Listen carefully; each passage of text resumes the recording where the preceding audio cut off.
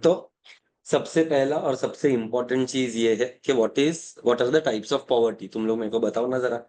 Poverty में दो category था, अगर देखो याद रहेगा तो अपन ने वो डिस्कस किया था। What are the two categories of poverty is what I want to know from you. Very good, ये एक कैटेगरी है, एकदम परफेक्ट है। So poverty can be seen in two areas, either in rural area और in urban area. अब rural और urban area में poverty है, ये डिफाइन कैसे होता है? Very good answer, perfect. So what is the calorie requirement on an average? 2005 नहीं 2250। हाँ और गलत है। दोनों का 25। हाँ, तो एवरेज बोला, इसका मतलब दोनों का ही होता है ना Aryan. So whenever we say about average, average means not rural, not urban, it is the country's average. So 2250 calories per day is the requirement for you to be below the poverty line क्या above the poverty line? Above the poverty line. अभी मेरे को बताओ what is the requirement for urban poverty and rural poverty? 2004 Correct. 2400 for urban. urban. Okay. And 2100 for? नहीं 2400 for rural and 2100 for इसका reason बता, क्यों दोनों में अलग अलग? रूरल एरिया में क्यों 2400 कैलोरीज का रिक्वायरमेंट? लाइफस्टाइल भी अलग है। लाइफस्टाइल अलग है कुछ और थोड़ा। हाँ, ये क्या बोला, जोर से बोल। नहीं, तू जो पहले बोला वो सही था। मैं मतलब वो लोग कौन से वर्क में इन्वॉल्व है। आई अग्री विथ यू, कौन सा? हाँ, perfect. So can I say they are involve in more physical work.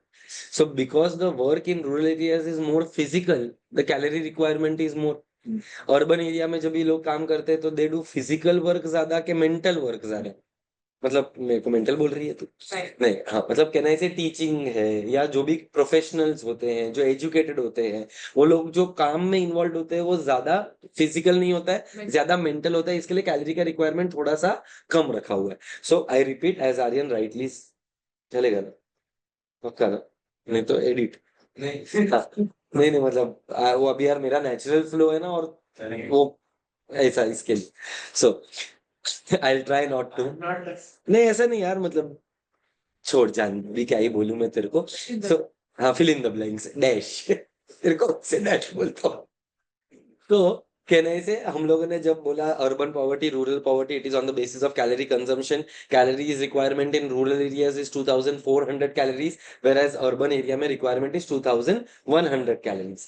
अपन ने भी ये कॉन्सेप्ट पढ़ा था पॉवर्टी लाइन का। सो पॉवर्टी लाइन में divided on two parts. What are the two parts of poverty line? One is, very good, one is above the poverty line, one is called as below the poverty line. All those people who are below the poverty line are able to consume 2250 calories, cannot able to consume, not able. Such poverty is called as dash poverty. ऐसा ही जो भी below the poverty line होते हैं उसको एक नाम दिया था। हाँ, आराम से सोचो। हाँ, सही है, सही। All those people who are below the poverty line are called as which poor? Hi, which poor मतलब इस कैटेगरी का नाम है। दो टाइप का पॉवर्टी होता है। हाँ, बिलो द पॉवर्टी लाइन में जो लोग रहते हैं उस पॉवर्टी का नाम क्या है? जैसे कि इसका नाम जैनम है, तेरा नाम ये है, तेरा नाम वो है, तेरा नाम वो है, सबका एक नाम है ना। हाँ, नहीं नहीं, इसका भी ले सकता हूँ, मेरे को पूरा भरोसा है इसमें, 100%। नहीं नहीं है, पर तेरे को अभी तेरा सबसे पहला तो तेरा ही लिया। हाँ, एब्सोल्यूट पॉवर्टी बोलते हैं। एवरेज चल रहा। हाँ, सो तू जो शॉर्ट फॉर्म बोल रही थी वो एपी था और एक दूसरा था RP. What is the people who are above the poverty line called as? Absolute. Above ना above relative. relative poverty. What do you mean by relative poverty? Relative poverty is in comparison. क्या बोला? Relative poverty is in Compare. so if I compare myself with a beggar, तो आगे का जवाब तुम दो।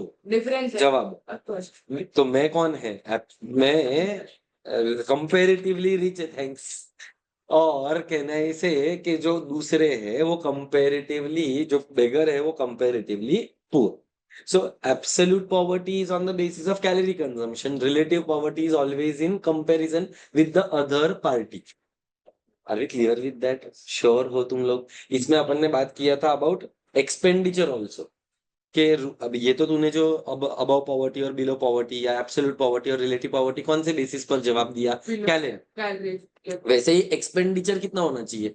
सो अगर तू रूरल एरिया में है, वेरी गुड, अगर आप रूरल एरिया में रहते हो और अगर आपने 32 रुपीज से ज्यादा खर्चा किया तो आप पुअर नहीं, एब्सोल्युटली पुअर नहीं।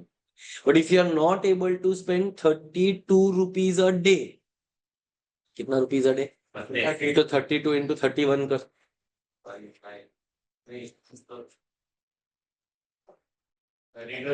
31 डेज।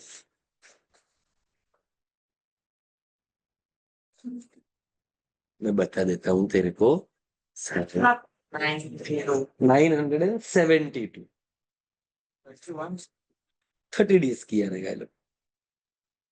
सो कहने से ये वाला डेटा तेरे को अगर याद नहीं रहेगा तो वापस लफड़ा है, क्योंकि एग्जाम में पूछ सकते हैं कि define poverty on the basis of expenditure. 47 के हिसाब से और मैं तेरे को 32 बोला तो तू फिर 47 क्यों किया? नहीं। So I hope you realise that rural area के अंदर कितना था, 32 rupees a day, whereas urban area में कितना था, 47 रुपीज अ डे, क्योंकि अर्बन एरिया का लाइफस्टाइल थोड़ा एक्सपेंसिव है, जबकि रूरल एरिया में लाइफस्टाइल थोड़ा सा कंपैरेटिवली चीपर है। Are we clear with that? So अब अपने को एक सवाल आता है कि कंट्री के अंदर पॉवर्टी है, अच्छा कंट्री के अंदर पॉवर्टी के कुछ कॉजेज बता, what are the causes of poverty? Few causes, unemployment is a problem, literacy is a problem, फिर Preference for proper a, knowledge, वो तो पॉपुलेशन का रीजन है ना। प्रॉपर नॉलेज, हाँ तो ये बोलना कि हाँ ये इसने बोल दिया। सो कहना है another reason is high population, because in the country there are more number of people, there is unemployment which leads to poverty. So I agree with you, preference of male child है, उसकी वजह से जब तक लड़का पैदा नहीं होता है तब तक काम जारी रहता है, और जिसके वजह से अनएम्प्लॉयमेंट होता है, जिसके वजह से पॉवर्टी होता है। But can I say you can directly attribute this point to be high population, क्योंकि पॉपुलेशन का बढ़ने का कारण एक ही थोड़ी है कि प्रेफरेंस ऑफ मेल्स है, जॉइंट फैमिली सिस्टम भी है, अर्ली मैरिज भी है, मैरिज भी है। सो देर आर, हाँ मतलब अभी ये हस्ती क्या है जो है वो है ना, इंडिया के अंदर ऐसा माना जाता है कि बच्चा शादी के बाद ही पैदा होना चाहिए, यूएस का कल्चर अलग है। हाँ मतलब छोड़, Of course, मतलब नहीं मतलब आए तो ठीक ही है यार, मतलब ठीक है, ऑफ कोर्स भाई, मतलब सी ये अपना, हाँ मतलब बच्चा पैदा करने के लिए शादी थोड़ी जरूरी है, प्राप्त करना उसके लिए एक प्रोसेस है, दैट इज इम्पोर्टेंट। कॉमर्स पे आते हुए, सो कहना है say what are the causes of poverty, तो देख सबसे पहला कॉज क्या है, पॉपुलेशन एक्सप्लोजन था, जो अपन ने बोला कि इंडिया के अंदर व्हेन डज पॉपुलेशन एक्सप्लोड, जब बर्थ रेट हाई और डेथ रेट कम होता है तो सर्वाइवल रेट बढ़ जाएगा, तो मोर number of people will be surviving, तो पॉपुलेशन के वजह से पॉवर्टी है। फिर दूसरा रीजन देख क्या दिया है, slow rate of which growth, economic growth. What is economic growth? कितनी बार ये सवाल पूछ रहा है मालूम नहीं मेरे को, मस्त एक नंबर, I am proud of you. So can I say your answer is absolutely correct. I hope you realise the value of repeating this thing so many times. Economic growth का आंसर देना वो भी तेरे से, लावले एक नंबर। आप दोनों को पता है व्हाट इज इकोनॉमिक ग्रोथ? बताइए। Very good. And why does पर कैपिटा इनकम राइज? थोड़ा सा रिवर्स कैलकुलेशन करते हैं अपन। तेरा बात सही है, मम्मी को ना मेन कॉज चाहिए जो इसने भी नहीं बोला अभी तक। क्या मेन कॉज, मेन कॉज? हाँ मतलब व्हाट इज इकोनॉमिक ग्रोथ, अगर तूने बोला वो आंसर करेक्ट है। कब कब होता है? जब वेरी गुड, जब नेशनल इनकम बढ़ता है। मैं क्यों बोल रहा है तो मैं बोला ना वेरी गुड बोला ना, अभी तक करेक्ट आंसर पर थोड़ी आया है मैं। पेन गायब हो गया क्या? सर आपकी जेब में डाला था हाँ जेब में नहीं है, बोल। सर, जेब में चेक तो नहीं। अरे गिरने का आवाज नहीं आएगा। हाँ ना, अबे मैं क्या जेब के अंदर लेकर बैठेगा क्या? अंदर तो आपने खोला नहीं। अरे गजब, किधर गया? डब्बे में ही होगा। नहीं रे, मैं बाहर निकाला था। कौन सा? ये भाई वो स्त्री पे निकलता है गजब, कहाँ गया यार ये तो, पेन ही गायब हो गया।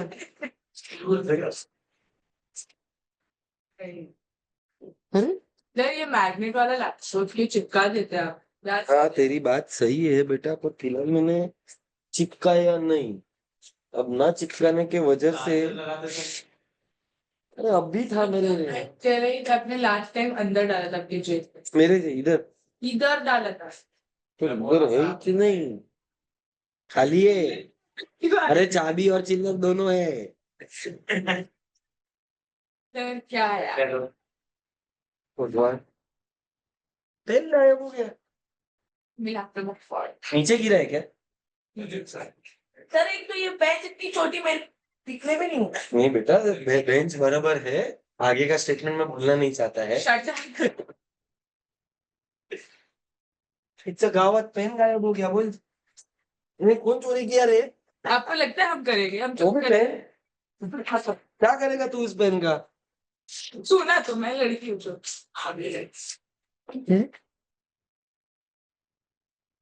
सर आई फील लाइक इधर किधर ही गिरा हुआ है। हमें तो दिख नहीं रहे रे।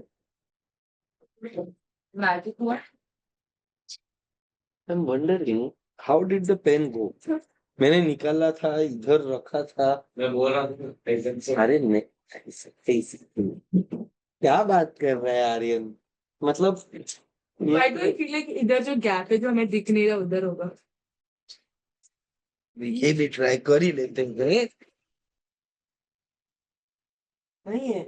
सर तो क्या खा लिया आपने सब कुछ? अरे तेरी इमेजिनेशन बहुत जरूरत। वो वाले हे भगवान, जाने दे, वैसे तो मैं तो ऐसे लिखना नहीं है कुछ। पेन क्यों चाहिए आपको सर? सर, अरे मैं सोचा कि मैं वो एक्सप्लेन करूं लिख कर।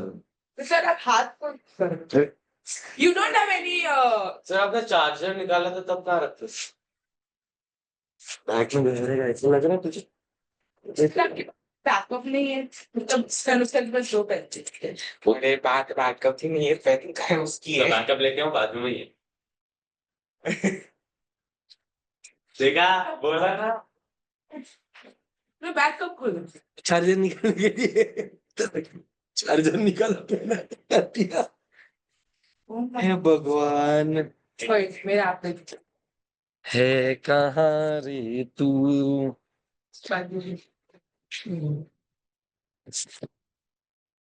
तो ये वाला हिलेगा sir because of the keypad. नहीं, सर पीछे कीपैड है। बात हो गया बंद हो गया। पूरा ही ये तकलीफ है भाई। उसको फोल्ड मत करो, कीपैड दब रहे ना इसलिए उसे वैसे इंसान तो कैसे ऐसे रखूं? लिखने का कैसा? अच्छा, और अनूप सर भी उस दिन ऐसे ही लिख रहे थे इसको पूरा बंद करके।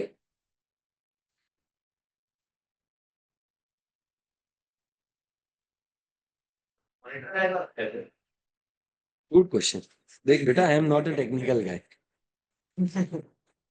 तू मेरे को टेक्निक पूछेगा, मेरे को अबा जबा, I am a good teacher, I am honest teacher, professional. I would like to say that, but it's better for, हाँ मतलब it's better for you to decide. Lamp पे कैसे है तभी तो इधर। हाँ, I am sure for that, thank you so much. इसीलिए तो जब प्रियल आई तेरे को, तो अभी क्या मेरे, तू तो कंसिडर्ड ही था। फिर इसको मैं, तू बाद में मिल, मैं तो कोई इसका स्टोरी बताता हूँ तेरे को। हाँ बात है हाँ, प्रोफेशनल नहीं होते तो की बात है मेरा मैंने क्या किया सर? नहीं यार इधर ये मॉनिटर क्यों है, मुझे उधर मेरे पास इसका जवाब नहीं है। तुम मेरे को ऐसे बताऊंगा तेरे को। ठीक है देख। चल, सो सबसे पहले तो इधर लिखने का इज अ टास्क। इकोनॉमिक्स। हाँ, इकोनॉमिक्स नहीं, इकोनॉमिक ग्रोथ, क्योंकि इन दोनों को वो बात पता होना जरूरी है। सो हम लोग बोल रहे थे कि इकोनॉमिक ग्रोथ का मतलब,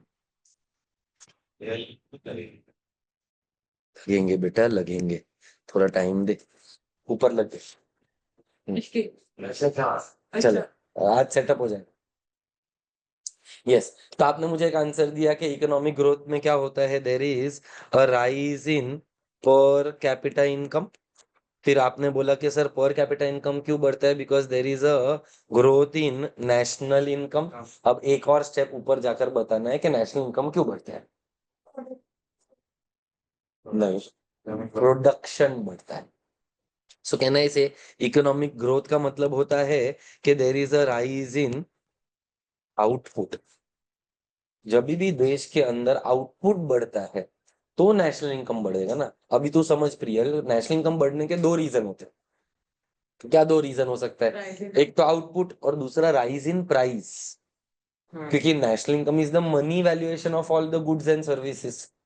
तो जब भी इकोनॉमी के अंदर जो गुड्स बनते हैं, अपन ऐसा बोलते हैं क्या कि अपने देश का national income 50,000 bench, 40,000 AC, 5,000 unprofessional teachers.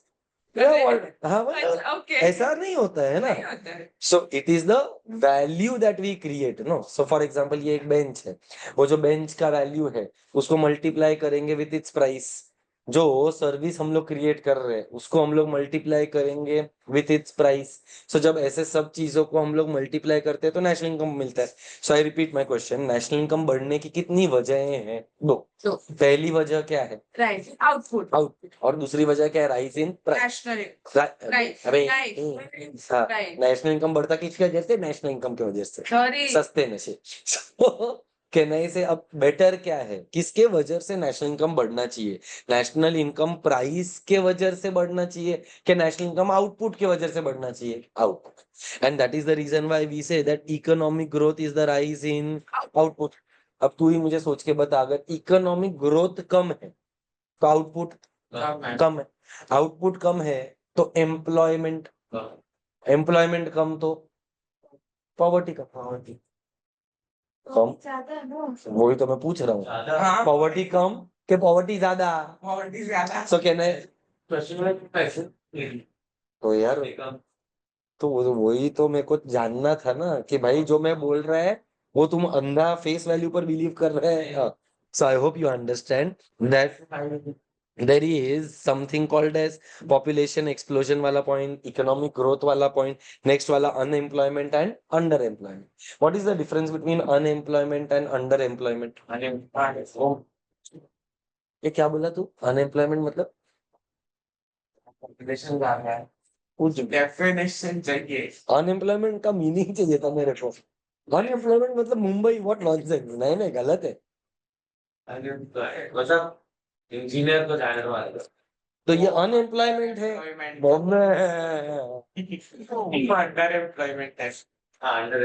वो अंडर एम्प्लॉयमेंट है बेटा। सो एक इंजीनियर है जो एक क्लर्क काम कर रहा है, वो under employment. When one person is able to work but is not 15 to able 59 of the year age में able to work and willing to thank work, you बेटा। but at a prevailing wage but not as वाह, पूरा रटा हुआ है देखो। सो नहीं है सर, ओके, बढ़ती क्यों है? बढ़ती क्यों है? रटा हुआ नहीं So है। there are टॉपिक पढ़ा तो याद रहेगा ना। three conditions. What are the three conditions person is able and willing to 50 work to 59 years in the age group of 15 to 59 years at a prevailing wage rate? फिर काम करना है पर काम नहीं मिल रहा है तो उसको अनएम्प्लॉयमेंट बोलते हैं। Underemployment is when a person is able engineer का मतलब उसने रुक, वो एकदम मस्त डेफिनेशन दे रहा है, तू एग्जांपल दे रही है, दोनों करेक्ट हो। हाँ तू बोल। is able to work but is working at a lower position than his or her degree. Okay, and also कहने से लोअर अबिलिटी, मतलब मेरा अबिलिटी है दिन का 8 घंटा काम करने का पर मैं काम कर रहा हूँ सिर्फ 2 घंटा। That is also called as an underemployment. बराबर है। फिर नेक्स्ट वाला देख, there are lot of economic inequalities. हाँ Religious inequality आ भी सकते हैं। देख, रिलीजियस इनइक्वालिटी के वजह से there can be a problem which is in employment. So कहने से जब एम्प्लॉयमेंट में प्रॉब्लम आया मतलब इकोनॉमी की हुआ। सो डायरेक्ट अटैक किस पे करने का? एम्प्लॉयमेंट पे करने का या इकोनॉमिक इनइक्वालिटीज पे करने का। उसके बाद next point is inaccessibility to infrastructure. आज आज मैं रहता थाना में पर मैं लेक्चर किधर ले रहा, क्यों ले पाया? उधर आपको अच्छे पैसे नहीं, क्यों ले पा रहा हूँ इधर लेक्चर? Fees अच्छे हैं। इंफ्रास्ट्रक्चर है ना, आज अगर रेलवे नहीं होता, रोडवे नहीं होता, तो मैं ट्रांसपोर्टेशन नहीं कर पाता, और ट्रांसपोर्टेशन नहीं होता तो थाना में काम तो बहुत है, पर जितना पैसा मुझे कमाना रहेगा उसके लिए पूरा ही काम थाना में मिले वो जरूरी नहीं है। सो आज रूरल एरियाज में अगर आप देखोगे तो प्रॉब्लम क्या है, in the rural areas can I से ट्रांसपोर्टेशन फैसिलिटीज नहीं है। सो जो लोग रूरल एरिया में रहते हैं वही वहां पर जो छोटा मोटा काम मिलता है वही कर लेते हैं, जिसकी वजह से जितना पैसा उनको कमाना रहेगा वो कमा नहीं पाते, जिसकी वजह से वो पुअर रहते हैं। सो can I say one of the very important points is that there is inaccessibility to infrastructure facilities. Roadways नहीं है, रेलवेज नहीं है, एजुकेशनल फैसिलिटीज नहीं है। आज अगर मैं पढ़ा भी रहा हूँ, आज अगर मैं टीचर बना हूँ, एक प्रोफेशनल टीचर बना हूं, तो उसके पीछे का रीजन क्या है कि मैं कहीं ना कहीं एजुकेटेड है, कहीं ना कहीं मैं लिटरेट है। तो आज मेरे को एक अच्छा जॉब मिला। तो आज क्या हो गया, अगर कोई गांव के अंदर स्कूल्स नहीं, कॉलेजेस नहीं, तो फिर वो लोग अपने आप को लिटरेट या एजुकेटेड कैसे करेंगे? That is the reason for that no. आज तू अगर देखेगी तो यहाँ पर तो चलो बहुत सारे क्लासेस है, बट रूरल एरिया के अंदर तो स्कूल का होना डिफिकल्ट है, तो क्लासेस कहाँ से आएगा? So if you go to your particular village, आप राजस्थान के हो, आप गुजरात में किधर, अहमदाबाद, फिर भी गाँव नहीं है। सही वो भी चल से हाँ मतलब पर ये तो नसीब ना कि इसका village is like a city. पर अभी जो गांव में मैं रहता है, मैं कच्छ का है, कच्छ में एक जगह है मांडवी। मांडवी में, मांडवी बोल रहा है बेटा, मैं कुछ गलत नहीं बोल रहा है। मांडवी के अंदर एक छोटा सा गांव है जिसका नाम है दुर्गापुर। दुर्गापुर का जो पॉपुलेशन है ना, वो दुर्गापुर का population must not be even 2000 people. इतना छोटा सा गांव है मेरा भाई। इतने तो मेरे को लग रहा है फिलहाल घाटकोपर स्टेशन पे चल रहे होंगे उदय एक्सप्रेस। तो आज वहां पर वो सब स्कूल्स, कॉलेजेस, रोडवेज, वाटरवेज कुछ अवेलेबल ही नहीं है। तू मेरे गांव में जाएगा ना 5:30 बजे के बाद सन्नाटा हो जाता है, को ऐसा लगेगा कि तू कौन सा हॉरर मूवी के अंदर आया है। तू रात को उधर भाई फटकर दरवाजा हो जाए, मतलब इट इज सो बैड। गाड़ी से रोड, पर भाई पैसा भी तो होना चाहिए कि मैं गाड़ी और, अच्छा चल रोडवेज है, पर roadways is a little expensive no. और यहाँ पर तू जिस तरीके के रोड्स देख रहा है वो पक्के रोड्स है। गांव में जो रोड्स है वो कच्चा रोड्स होता है, मतलब it is not like a concrete या तो डांबर या तो सीमेंट, उसका वो मिट्टी का जो रोड है वो है। पर फॉर्चून एक ही चीज अच्छा है क्या है कि मांडवी करके जो जगह है ना वो बहुत बेटर जगह है, वो वहाँ का मार्केट जैसा है। तो वहां से मेरा गाँव इज जस्ट 5 किलोमीटर। और तू पूरे कच्छ में जाएगा तो बहुत सारी जगहों पर आज मुंबई जैसा इंफ्रास्ट्रक्चर किधर नहीं। रेलवेज बोल, रोडवेज बोल, बस फैसिलिटीज बोल, तेरे पास क्या क्या नहीं है इधर तेरे को ट्रांसपोर्ट करने के लिए। आज मेरे को अगर थाना से इधर तक आना है, I can choose to come in a rail, train में आ सकता है, बस में आ सकता है, कार में आ सकता है। मेरे पास बहुत सारा फैसिलिटीज अवेलेबल है। आज अगर मैं टीचर बना तो शायद मेरे को अच्छा एजुकेशन मिला, उसकी वजह से मैं टीचर बना। सो स्कूल्स का अवेलेबल है होना, हॉस्पिटल्स का अवेलेबल होना, ये सारे रीजन है जो कंट्रीब्यूट करते हैं। बिकॉज अगर मैं जिंदा है तो मैं काम कर पाएगा, मैं पैसा कमा पाएगा। चल, नेक्स्ट वाला पॉइंट इज इन्फ्लेशन। मस्त पॉइंट है। Why is inflation a cause of poverty? Inflation का मतलब क्या होता है सबसे पहला तो? करेक्ट, जो राइज इन प्राइस। आउटपुट रहता है वो उतना राइज नहीं होगा। इन्फ्लेशन अगर 50 to 40% से हर क्या बोल रही है Keep it to this side or which up with me.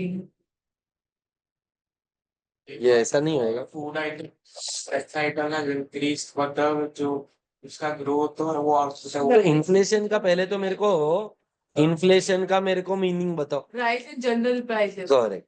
So why is there a rise in, तूने जो बोला ना, एक्चुअली में it is not the cause, it is the effect. मतलब बोलो। हाँ हाँ, मैं तुझे बता रहा हूँ, हाँ मैं भी तुझे समझाने का कोशिश कर रहा हूँ कि आप जो बोल रहे हो ना बेटा, वो जो डेफिनेशन है inflation is the rise in prices, ये उसका इफेक्ट हुआ अच्छा कि इन्फ्लेशन में होता क्या है। इन्फ्लेशन में प्राइसेस बढ़ते हैं, आई एग्री विथ यू। पर मेरा सवाल ये नहीं है, मेरा सवाल ये है कि प्राइसेस क्यों बढ़ते हैं। For a specific Chinese correct. So can I से इन्फ्लेशन के अंदर जो डिमांड है वो बट वो बढ़ जाता है, और सप्लाई नहीं करता है। और उसके सामने अच्छा डिमांड क्यों बढ़ता है? करेक्ट। सो कहने से मनी का सप्लाई ज्यादा है, डिमांड क्यों बढ़ा? क्योंकि लोगों के पास पैसा है, सो मनी का सप्लाई बढ़ गया। पर उसके सामने जो गुड्स का सप्लाई है वो क्या है? कम। कम है। पैसा ज्यादा, सामने गुड्स कम है। तो जब ऐसा होगा तो क्या होएगा? सरप्लस होएगा कि स्कैरसिटी होएगा? ये सोच, पहले तो ये दो कॉन्सेप्ट समझना जरूरी है। What is the difference between surplus and scarcity? Over excess है। तो यहां पर जब मैं बोलता हूं स्कैरसिटी है,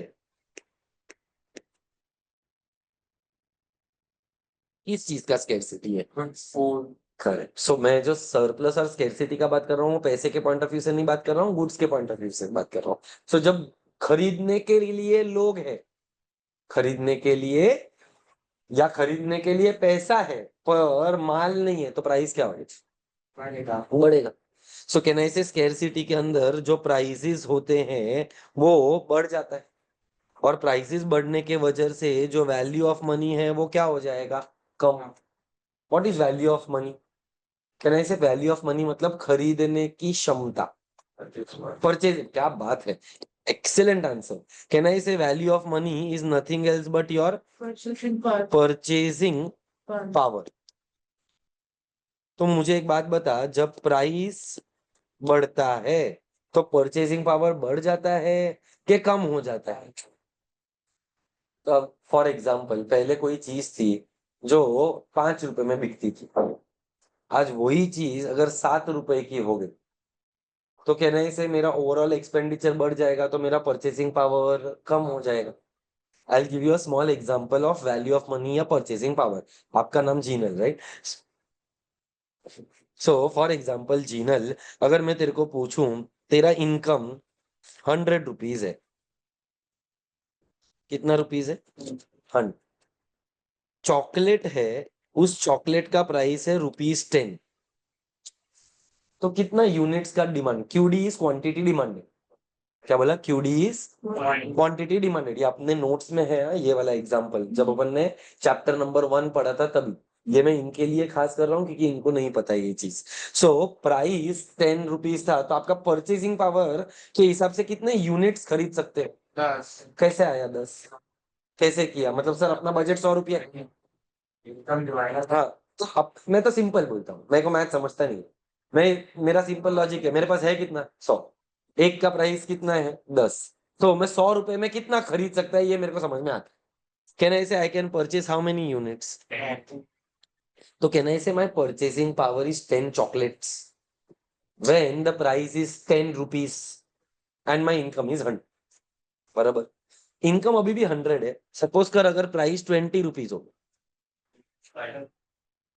तो क्या हो गया बेटा? तू ही मेरे को देखकर बता, न्यूमरिकली तुझे समझ में आया कि प्राइस बढ़ गया तो तेरी खरीदने की क्षमता कम हो गई। इसीलिए मैंने ऊपर क्या लिखा? VOM is value of money which falls. Value of money is nothing else but your purchasing power. नहीं सर, Some. श्योर है? सो कहने से अगर पॉवर्टी है तो पॉवर्टी का वन ऑफ द कॉज क्या है? One of the causes of poverty is inflation, because there is a high price. आज मेरा घर पहले 20,000 में चल रहा था, आज मेरा वही घर 25,000 रुपया लगता है चलाने के लिए। तो आज मेरा स्टैंडर्ड ऑफ लिविंग में मीट नहीं कर पा रहा हूँ, मेरे को कट शॉर्ट करना पड़ेगा क्योंकि मेरा इनकम तो लिमिटेड है, जिसकी वजह से कंट्री के अंदर पॉपुलेशन बढ़ता है और पॉवर्टी बढ़ता है। Sorry, poverty, poverty. Okay. Okay, thanks. गलती से, it was a slip of tongue. मन की बात की हूँ. उसके बाद रीजनल इम्बैलेंस का मतलब क्या होता है? हाँ, तो लोग ज्यादा है ऐसा। रीजनल इम्बैलेंस का मतलब पॉपुलेशन पर डिपेंडेंट नहीं होता है, डेवलपमेंट पर डिपेंडेंट। सो कहने से मुंबई क्या है? डेवलप। और उसी के सामने अगर मैं कोई बात करूं, सप्लाई कोल्हापुर जैसा कोई सिटी, कंपैरेटिवली वो कम डेवलप्ड है। Yes yes. सो कहने से, अच्छा आज स्टेट का बात करते हैं। मुंबई क्यों? मुंबई तो एक सिटी है। Maharashtra as a state developed है? और बिहार, अरे वाह, सो कहना है से अंडर डेवलप्ड है। तो आज एम्प्लॉयमेंट अपॉर्चुनिटीज किधर ज्यादा है? जेब में डाल, जेब में जेब में डाला है अभी। पानी चाहिए, पानी बाहर है। Supplies are unequally distributed because correct. So जो भी डेवलप स्टेट रहेगा वहां पर इंफ्रास्ट्रक्चर, फैसिलिटीज, ट्रांसपोर्टेशन, हॉस्पिटल, ये सब बराबर रहेगा।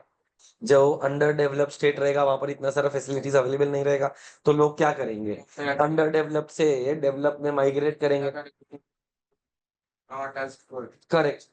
तो अगर जो लोग, आई एग्री विथ यू, तो कुछ लोग यहाँ पर माइग्रेट होंगे। अभी माइग्रेट होंगे तो यहाँ का पॉपुलेशन ज्यादा हो जाएगा, पर उतने जॉब्स अवेलेबल, तो अनएम्प्लॉयमेंट होएगा, और अनएम्प्लॉयमेंट होएगा तो क्या हो जाएगा? पॉवर्टी। क्लियर है, एकदम ही सिंपल है। उसके बाद एक नेक्स्ट वाला point, vicious circle of poverty. ये बहुत ही इंपॉर्टेंट पॉइंट है, आता है तुमको? What is the vicious circle of poverty? हाँ, तो ना चल। तो मेरे को आर्यन बोलता है कि सर पॉवर्टी, विशियस का मतलब समझते वो कंटिन्यूस हो, हैं? Vicious is something which is poisonous, dangerous. Vicious, snakes are vicious. Exact, so नहीं, लेट्स बी वेरी, अपने को अच्छा बोल। अच्छा आदमी अच्छा बात करता है, अपने को किसी को कुछ नहीं। सो कहना से vicious is something on a very serious note. मैं मजाक नहीं कर रहा। विशियस, स्नेक्स को अपन बोलते हैं ना, they are venomous. Venom is poisonous, vicious, dangerous भी बोल सकता है तू। So vicious circle of poverty में आर्यन कहना say there is low national income. तो उससे low capita income होगा. करेक्ट है। सो अगर लो नेशनल इनकम रहेगा तो उसके वजह से क्या हो गया? तो देयर इज लो पर कैपिटा इनकम। अगर पीसीआई समझेगा, वाह, ये साले छाप कर बोल रहा है ना तू। मुझे तेरे पर इतना भी यकीन नहीं आ रहा है। सो हाँ, परफेक्ट है, क्योंकि सोच, अगर पर कैपिटा इनकम कम है, मेरा इनकम ही कम रहेगा, तो ऑटोमेटिकली सेविंग्स कम हो जाएगा। सो कहने से ये मुझे उम्मीद नहीं था तेरे से, बट तूने आंसर जो दिया वो एकदम ही ब्रिलियंट आंसर है। देर विल बी लो सेविंग्स। अब अगर बेटा सेविंग्स कम होएगा तो इन्वेस्टमेंट कम होता है, उसको अपन बोलते थे कैपिटल फॉर्मेशन। कैपिटल फॉर्मेशन कम तो तो इन्वेस्टमेंट कम, और अगर इन्वेस्टमेंट कम तो आगे का मैं बताता हूँ। तो पहले तो मुझे ये समझाने दे कि देर will be low capital formation. बेटा कैपिटल किधर यूज होता है? Business business. तो बिजनेस में कैपिटल आता कहाँ से है? फंडिंग प्रोपराइटर लेकर आता है, लोन से आता है, फंडिंग से आता है, बैंक से आता है वगैरह। पर ये सब पैसा किसी ने तो सेव किया रहेगा। प्रोपराइटर बोला तो प्रोपराइटर का खुद का पास्ट का सेविंग्स, बराबर के नहीं बराबर? अच्छा, अगर कोई बैंक से लोन लेता है तो बैंक लोन किसका देता है? जिसने पैसा बैंक के साथ सेविंग्स के फॉर्म में डिपॉजिट किया रहेगा। तो अगर सेविंग्स ही कम तो कैपिटल का फॉर्मेशन, अभी अगर कैपिटल फॉर्मेशन कम होगा तो there will be low investment, कम हो जाएगा, क्योंकि प्रोपराइटर के पास अगर पैसा ही नहीं रहेगा तो वो धंधे में लगाएगा ही नहीं। धंधे में पैसा नहीं लगाएगा तो इन्वेस्टमेंट कम हो जाएगा। अच्छा, अगर इन्वेस्टमेंट कम हो गया, एब्सोल्युटली, पर इन्वेस्टमेंट कम होने की वजह से पहले अनएम्प्लॉयमेंट के पहले प्रोडक्शन, मैं अगर इन्वेस्ट ही नहीं किया तो प्रोडक्शन होएगा क्या? अगर unemployment हुआ तो भी production कम होगा. But can I say investment will have an impact over unemployment as well as production both?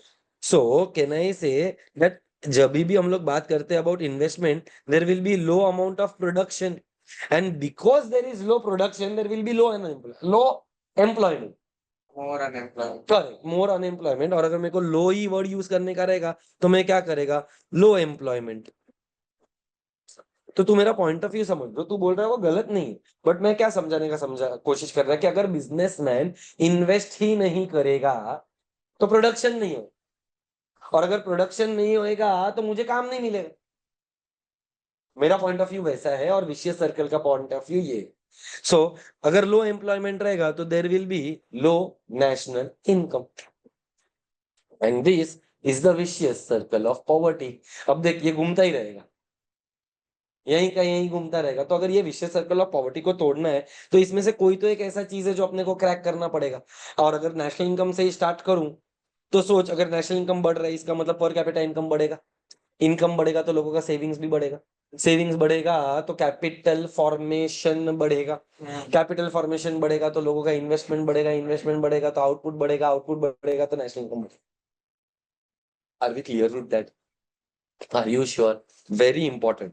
आपको एग्जाम के अंदर 4 मार्क के लिए one of the sure short questions है what are the causes of poverty, और एक answer हो सकता है just explain what is the vicious circle of poverty, nothing. Natural disasters. वो सब तो अदर पॉइंट्स के अंदर है, if I am not wrong. किधर गया? याद आ गया लास्ट क्वेश्चन ना। क्या किया था? मेरे को तो अभी तक याद नहीं आ रहा। बड़े आंसर था ना, आपने बोला था उसमें शॉर्ट कॉन्सेप्ट याद करना है। वो तो अनएम्प्लॉयमेंट का था नहीं, हाँ, पॉवर्टी तो। Last question. हाँ करेक्ट। तो तुम लोगों के बैच में अगर तेरे को याद रहेगा तो पहले अपन ने पॉवर्टी खत्म किया था और फिर अनएम्प्लॉयमेंट पर आए थे। तो ये एक्चुअली तो तेरे लिए एक तरीके से रिवीजन ही हुआ, क्योंकि जो ये चैंपियंस बैच था उसमें तो पूरा चैप्टर नंबर 10 तक हो गया, सिर्फ 2 ही आंसर बचे हैं। और जो तुम दोनों हो वो तुम्हारा पहले चैप्टर 8 कंप्लीट हुआ था, फिर चैप्टर 7 पर गए थे अपन। तो अपना लास्ट जो आंसर हुआ था वो अनएम्प्लॉयमेंट का हुआ था।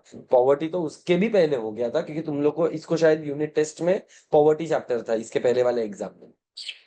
और इनका तो मुझे अभी तक समझ में नहीं आ रहा है बेचारों का हालत क्या है। दिसंबर में खत्म होंगे। पर याद नहीं है आपको कुछ? ऐसा क्यों? इसके साथ भी दिसंबर में ही खत्म हुआ था ये चैप्टर, माँ कसम, क्योंकि इसका एग्जाम था। पर इसको अच्छे से पढ़ रही है, ये मेरे लिए भी एकदम शॉकिंग है, क्योंकि ये फुल टाइम पास वाली है पर आजकल पढ़ रही है। So I appreciate, thank you for studying. देख ऐसा ही रख, मेरा एक ही है, देखो जितना जलसा करने का है कर। अपना तो पहले से ये रूल है, जो करने का है करो, पढ़ाई के हो कॉम्प्रोमाइज नहीं होना चाहिए, that is the bottom line. बराबर है।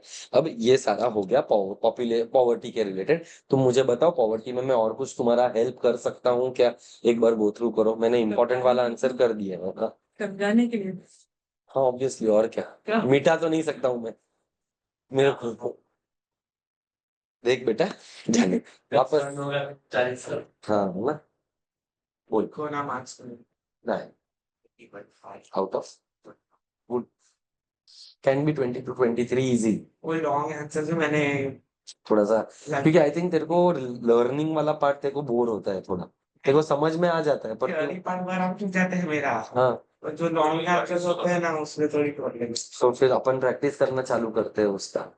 तो अभी अपना जब भी नेक्स्ट वीक में लेक्चर रहेगा, तू बता तेरे को अभी नेक्स्ट एग्जाम में तेरा सिलेबस क्या है? अभी तो फुल क्वेश्चन है। फुल पोर्शन आएगा तो तू हर एक चैप्टर में से जो जो मैंने इंपॉर्टेंट मार्किंग्स दिया है, इंपॉर्टेंट वाले आंसर्स, वो लिखना स्टार्ट कर दे। तो सर ने ये भी दे दिया कि व्हाट इज द 8 मार्क वाला क्वेश्चन, फाइन, तू बोल रही थी ना तेरे को तो पूरा ही जो लिखना था। जनरल प्रॉब्लम्स ऑफ मेरे 2 एमसीक्यू है। ये गलत, जैनम डिजास्टर है। एमसीक्यूज रॉन्ग नहीं जा सकता, ऑब्जेक्टिव सी तो तेरा अपॉर्चुनिटी है टू स्कोर फुल। नहीं मतलब 3 ऑप्शन थे। नहीं तो मेरा एमसीक्यू वैसे राइट था पर answer all of the above था। मैंने सिलेक्ट किया था एक स्पेसिफिक वाला। सब, तो फिर राइट देना चाहिए जब ऑल ऑफ द। कैसे कैसे ऑल ऑफ द अबव? और तू और एक बार अगर एक ही सिलेक्ट करेगी तो कैसे चलेगा?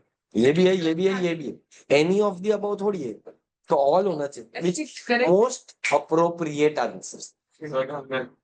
उनके पेपर में हाँ सेमेस्टर का एग्जाम को कैसा लगा? सारे पेपर में ऐसे तो पढ़ाई करके और कैसा छाप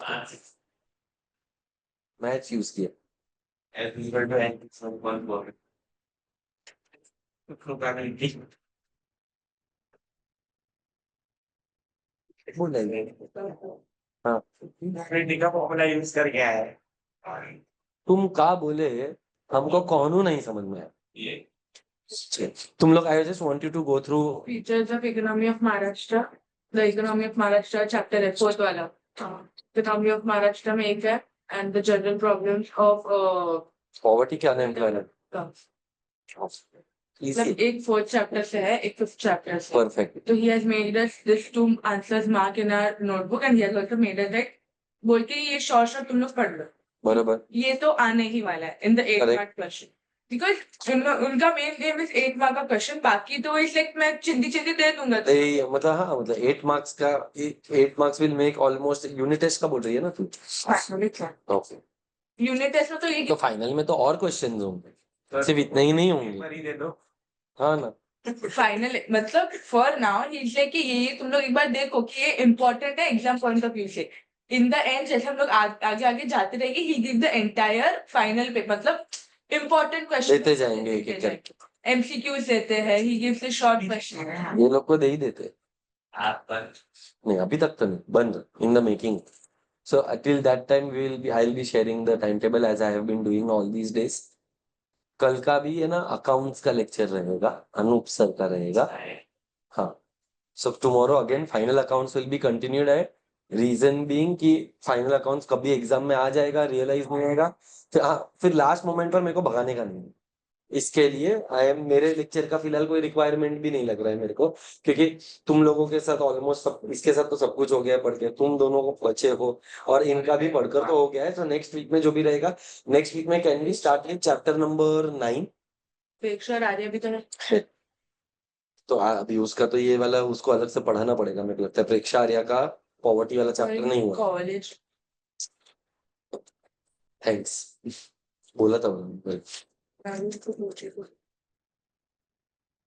कल रात को मुझे थोड़ा सा ऐसा धक हो रहा था, बट अभी नहीं। Anyway, so I want you all to complete ये वाला पार्ट। एक तो vicious circle, what are the causes और व्हाट आर द मेजर्स, दोनों आंसर्स कंप्लीट करो तो मैं पूछेगा।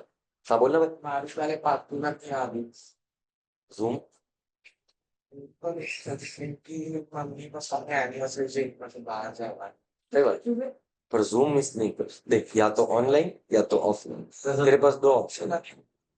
फाइनल तो બહુ જ વાટ લાગી જશે જેનો હું તને સાચું કહું છું, you can ask them, they have realized there were so many things in final accounts which they were probably not aware about, now they are getting aware about it. Sir हमारा तो फाइनल अकाउंट्स का chapter खत्म हो गया, हमें depreciation पढ़ा रहे हैं कहाँ?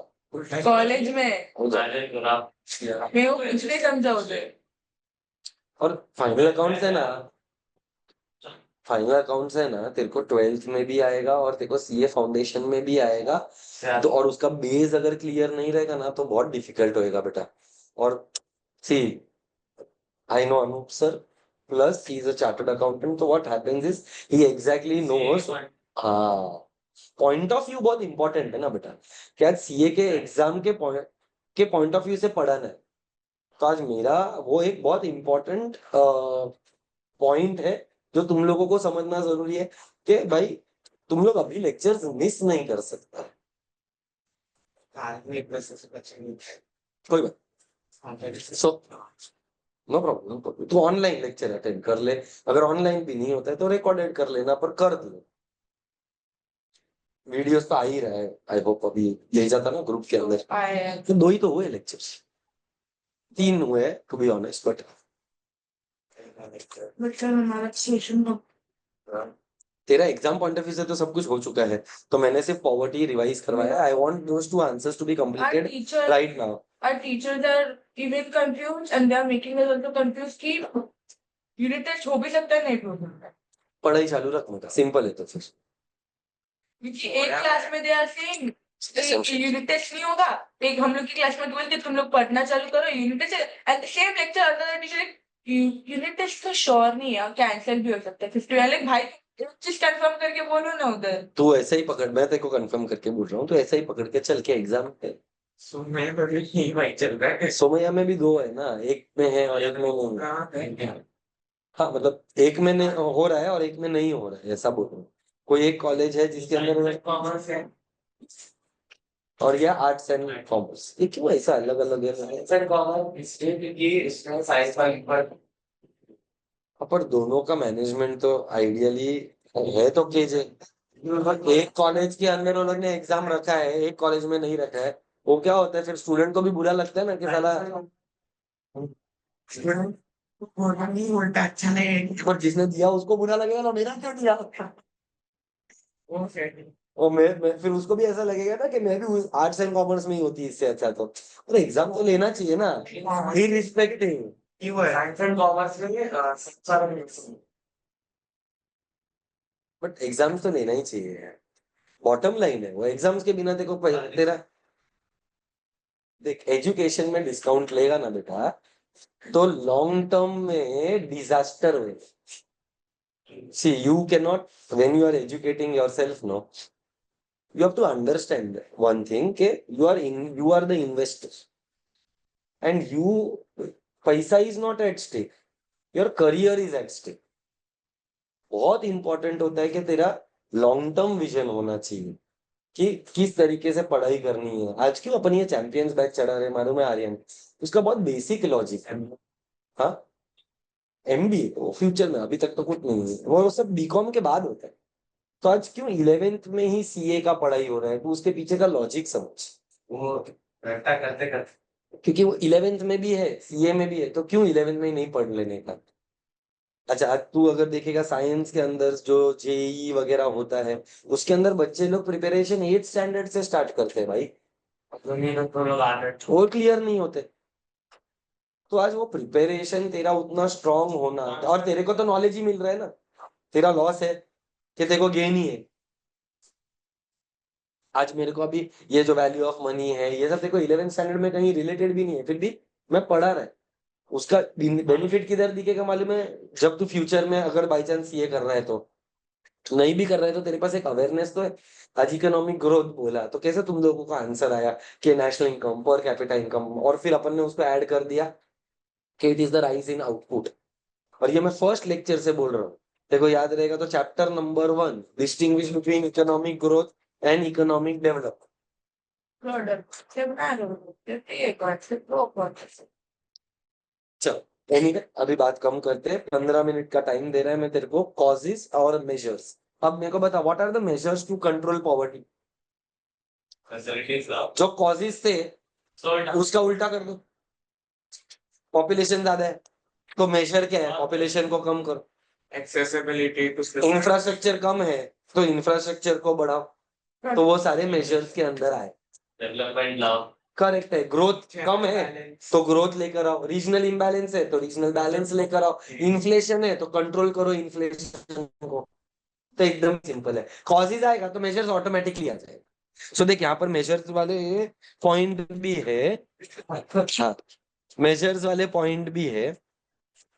कंट्रोल ऑफ पॉपुलेशन करके एक पॉइंट दिखता रहेगा। फिर एग्रीकल्चर को इंपॉर्टेंस दो क्योंकि रूरल एरिया में है, रूरल वर्क्स को इंपॉर्टेंस दो क्योंकि बहुत सारे लोग रूरल एरिया से अर्बन एरिया में माइग्रेट होते हैं। There is lack of infrastructure facility in rural areas, जिसकी वजह से there is a regional imbalance. Then rural areas में इंडस्ट्रियलाइजेशन लेकर आओ, तो दैट रूरल एरिया के लोग रूरल में ही काम करेंगे, उनको अर्बन एरिया में आने का जरूरत नहीं पड़ेगा। उसके बाद मिनिमम वेजेस लेकर आओ कि चाहे कुछ भी हो जाएगा तुमको कम से कम इतना पगार तो मिलेगा ही मिलेगा। अफोर्डेबल पब्लिक डिस्ट्रीब्यूशन सिस्टम, सुना है क्या, पीडीएस। क्या बात कर रहे हैं, सुना है तुम तीनों ने तो सुना है। सुना हुआ है राशन की दुकान, हाँ पब्लिक डिस्ट्रीब्यूशन सिस्टम, जहां पर grocery is given at a higher price के लोअर प्राइस। इसका मतलब क्या हो गया, जो चीज 40 रुपए में है वही तेरे को राशन की दुकान में 5, 7, 8 रुपए में मिलेगी। तो तेरा पैसा ज्यादा खर्चा हो रहा है कि कम हो रहा है, तो तेरा वैल्यू ऑफ मनी बढ़ जाएगा, तो पॉवर्टी से तू बाहर आ जाएगा। आज भी है 3 टाइप के होते हैं, एक व्हाइट होता है, वाइट येलो एंड ऑरेंज। सिर्फ वाइट है वो। Orange, orange saffron, yes saffron बोल सकते हैं, बराबर है। सो पब्लिक डिस्ट्रीब्यूशन, सैफरन झंडे पे ऑरेंज ऑरेंज यार ये थोड़ा इकोनॉमिक्स के बाहर का है वापस। मतलब जो है वो है। सेम कलर तेरा नाम आर्यन क्यों है, तेरा नाम आर्यन क्यों है, तेरा नाम आर्यन क्यों है? में भी आता है बस, तो बेटा जिसने किया उसको पूछ। तो पब्लिक डिस्ट्रीब्यूशन सिस्टम के अंदर आपको groceries, necessities of life, few kerosene वगैरह भी बहुत कम रेट पर मिलता है। अभी कुछ कुछ लोगों के घर पे तो गैस भी नहीं होता, तो वो लोग चूल्हा चलाते हैं, और चूल्हे के अंदर क्या चाहिए, केरोसिन चाहिए। तो केरोसिन मिलता है, राइस मिलता है, व्हीट मिलता है, पल्सेस मिलता है, ग्रेन्स मिलता है एट अ लोअर कॉस्ट। तो अगर आपका खर्चा कम हो जाएगा तो आप पॉवर्टी से ऑटोमेटिकली बाहर आ जाओगे, आप कैलोरी रिक्वायरमेंट फुलफिल कर पाओगे। मिनिमम वेजेस मतलब कम से कम इतना पगार तो तुमको मिलना ही चाहिए। तो इंडिया के अंदर एक एक्ट बनाया गया है जिसका नाम है मिनिमम वेजेस एक्ट। वो तो मनरेगा करके, वो तो एक स्कीम था, Mahatma Gandhi national rural employment guarantee act, जहां पर 100 डेज का काम देंगे या तो 100 डेज का पगार देंगे। पर मिनिमम वेजेस मतलब कि सपोज कर तू अगर एम्प्लॉय हो रहा है कहीं पर, तो देखो कम से कम इतना पगार तो मिलना ही चाहिए। और ये सब किसके लिए? लेबर कैटेगरी के लिए। तो ये लेबरर्स पर डे के हिसाब से काम करते हैं, 500 रुपया, 600 रुपया, 800 रुपया, जो जिसका जैसा स्किल उसके हिसाब से को लोग को काम मिलता है। तो आज अगर कोई लेबरर को दिन का 200 रुपया भी नहीं मिलेगा तो वो अपना घर कैसा चलाएगा? So minimum wages act can provide support to the family financial. उसके बाद nationalisation of bank. What is nationalisation?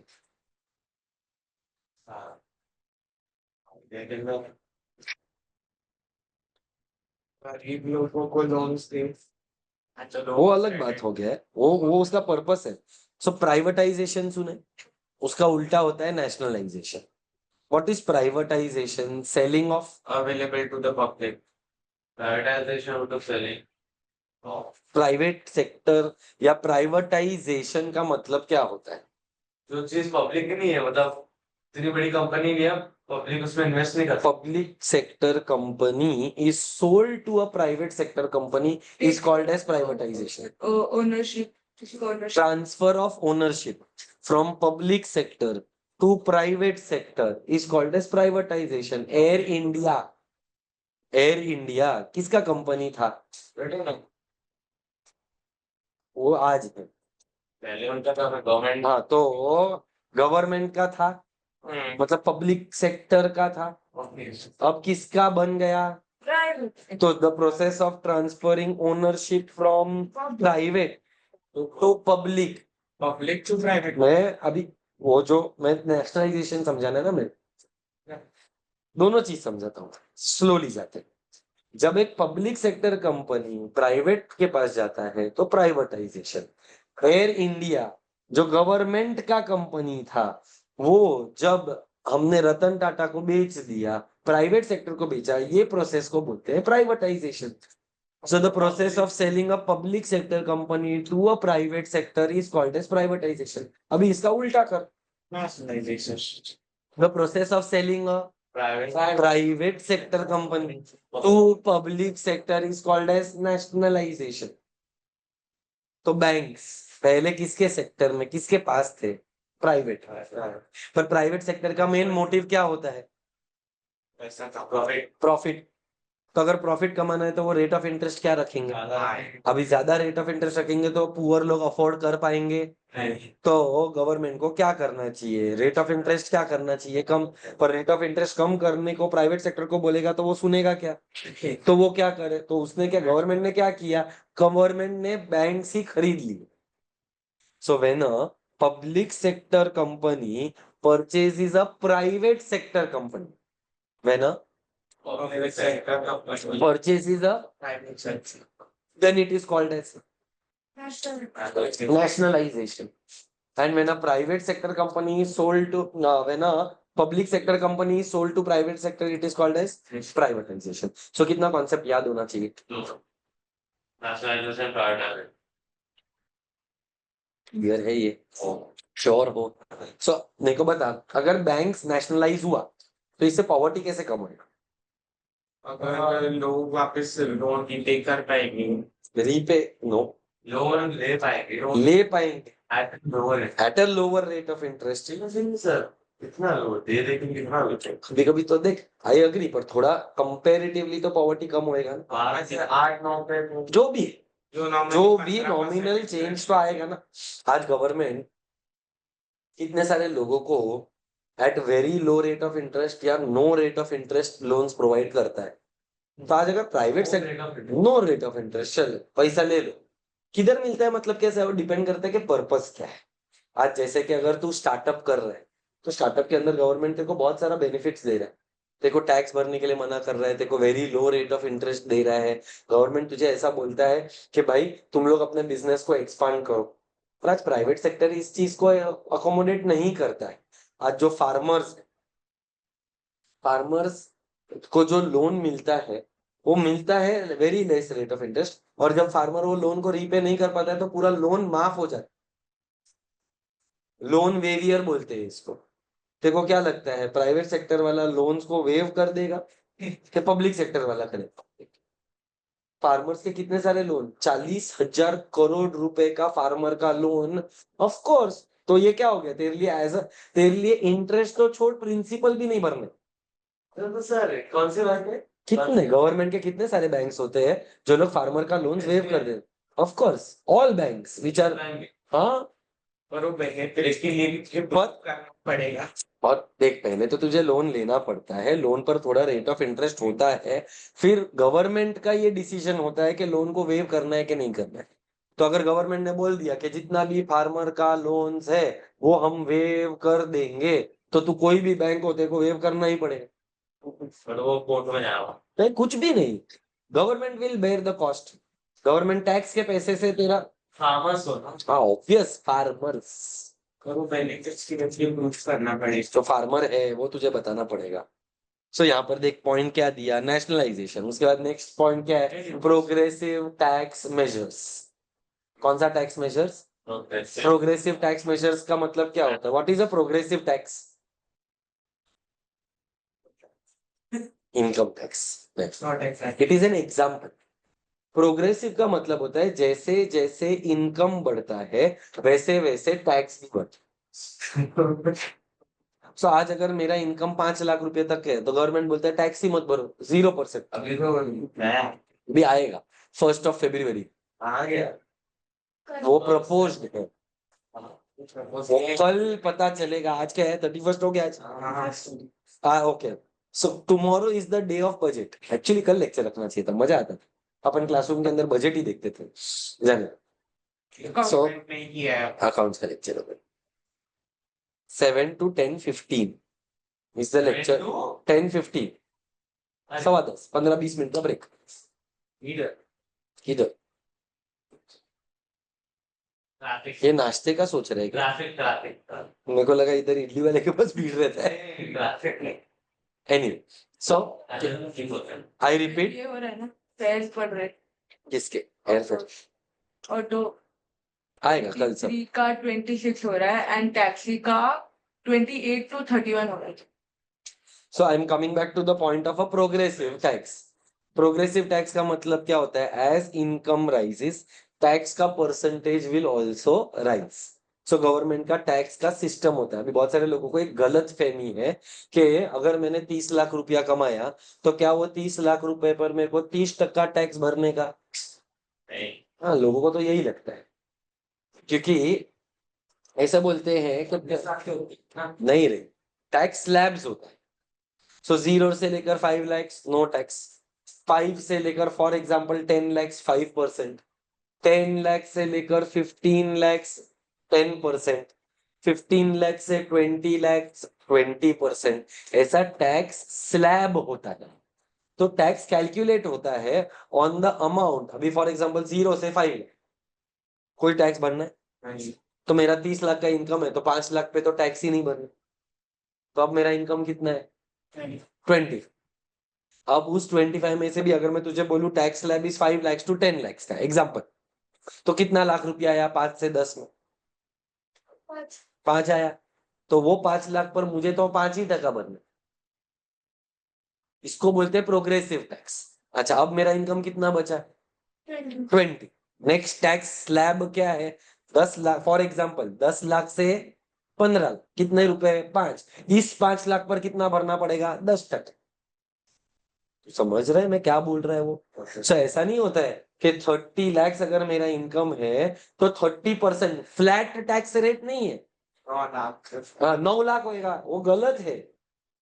तो आपका टैक्स स्लैब होता है और उस टैक्स स्लैब के हिसाब से पैसा भरना होता है। तो अगर कोई इंसान क्या, 5% अगर ये तो मैं एग्जांपल लिए, ये रियल टैक्स स्लैब्स थोड़ी है, ये तो तुमको सिंपल अंडरस्टैंडिंग के लिए मैंने एक एग्जांपल क्रिएट करके दिया कि 0 से 5, 5 से 10, 10 से 15, 15 से 20, 20 से 25, 25 से 30। टैक्स स्लैब्स इंडियन गवर्नमेंट के ये नहीं है, इंडियन गवर्नमेंट के टैक्स स्लैब्स अलग है। वो जो कल आएगा वो फाइनल वाला आएगा, क्योंकि नेक्स्ट ईयर के लिए वो चलेगा। तो अपन ये नेक्स्ट लेक्चर में जब मिलेंगे तब मैं पूरा बजट का एनालिसिस करके आएगा और तुम्हारे साथ डिस्कस भी कर सकता है, वो कोई प्रॉब्लम नहीं। Are we clear with that? Sure है? Quickly go through this answer and let me know if you have any doubts, if not we are done for the day. That's it.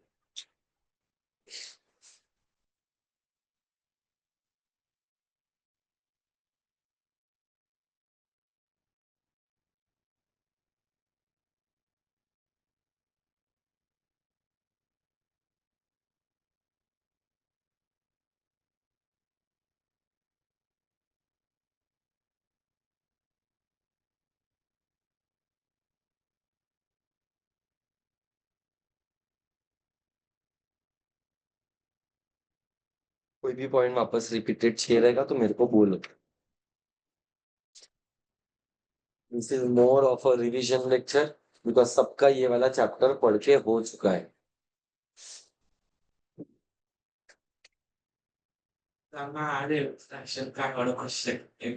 So ration card is basically, I hope now you have understood what is that. PDS बोलते हैं इसको, public distribution system, जहां पर ration की दुकान होती है, वो दुकान में से लोग चीजें खरीद सकते हैं eight a lower price by showing there ration card. Which ration card has a limit of 1 lakh or above? Above, 1 lakh or above. I think it should be white. Option માં white, yellow, saffron અને green. But तू objectives में अपने marks मत loose कर जेना। Object अगर तू ई बे objective right करी आवे तो तारा स्कोर 23.5 થઈ ગયો। Sir, yellow भी. ऐसा थोड़ी होता है। Tax is based on your income. ये जो राशन कार्ड है वो सिर्फ देखो राशन की दुकान में काम में है। अभी है.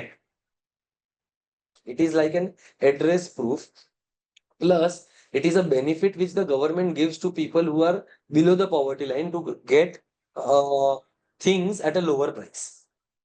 आज अगर तू नॉर्मल चावल खरीदने के लिए जाए कोई भी दुकान में, तो फॉर एग्जांपल 40 रुपया किलो, पर यही तू अगर राशन के शॉप में जाएगा ना तो तेरे को वो सब्सिडाइज्ड रेट में मिलेगा। सो गवर्नमेंट पुअर लोगों के लिए एक फैसिलिटी रन करता है which is a public distribution system where they provide you basic necessities of life at a lower price. So tax का रिश्ता किसके साथ है आर्यन? इनकम के साथ। और ये जो राशन कार्ड है उसका रिश्ता किसके साथ है? राशन की दुकान के साथ। अभी बहुत सारे लोग तो ऐसे भी होते हैं जो लोग ब्लैक में इनकम कमाते रहेंगे, तो है तो वो करोड़पति, पर उसके पास राशन का कार्ड है ऑरेंज कलर या सैफरन कलर, तो उसको वो सैफरन कलर का अगर राशन कार्ड है तो उसको वहां पर बहुत सस्ते रेट में मिलेगा। सो तो आई hope you understand my point of difference.